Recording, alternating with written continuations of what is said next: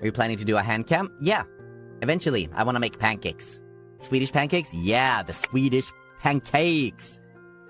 The thin kind. And we're gonna douse them in jam and have a good time. What's so particular about Swedish pancakes? They're very thin.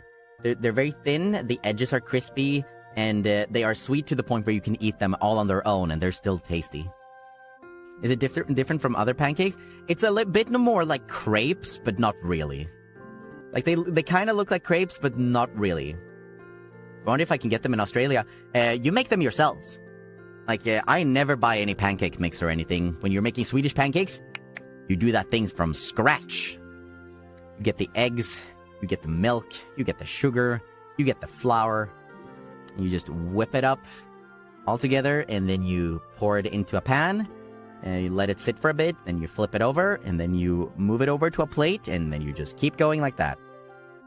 So they don't sell it in IKEA. You don't really need to go to IKEA for it. I mean, maybe they do, but you can just make it yourself. You can just get eggs, sugar, flour, milk, and that's pretty much all you need, if I'm not mistaken. That's all you need. Then you just mix until you get a mix that isn't very runny. It has a little bit of a thicker consistency to it. And then you just pour it into a pan, and you make pancakes. Does it need to be a particular milk? It should be high in fat. It should be at least 1% fat, I believe. Whereas we call it in Sweden, we call it red milk, because the packaging for milks that are high in fat are red. The ones that are a little bit lower are green, and a long time ago, we used to have yellow packaging for the ones that was the absolute lowest in fat. A lot of people don't like to drink the red milk because they think it tastes too much like cream, too much like whipped cream. They like to have it with coffee, but not drink on its own. I think it's delicious personally, so I always drink the red milk. Same in Finland. Yeah, let's go. Moi mitä kuuluu. That's all the Finnish I know.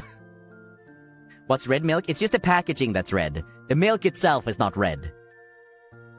The packaging is red. Let me show you what it looks like.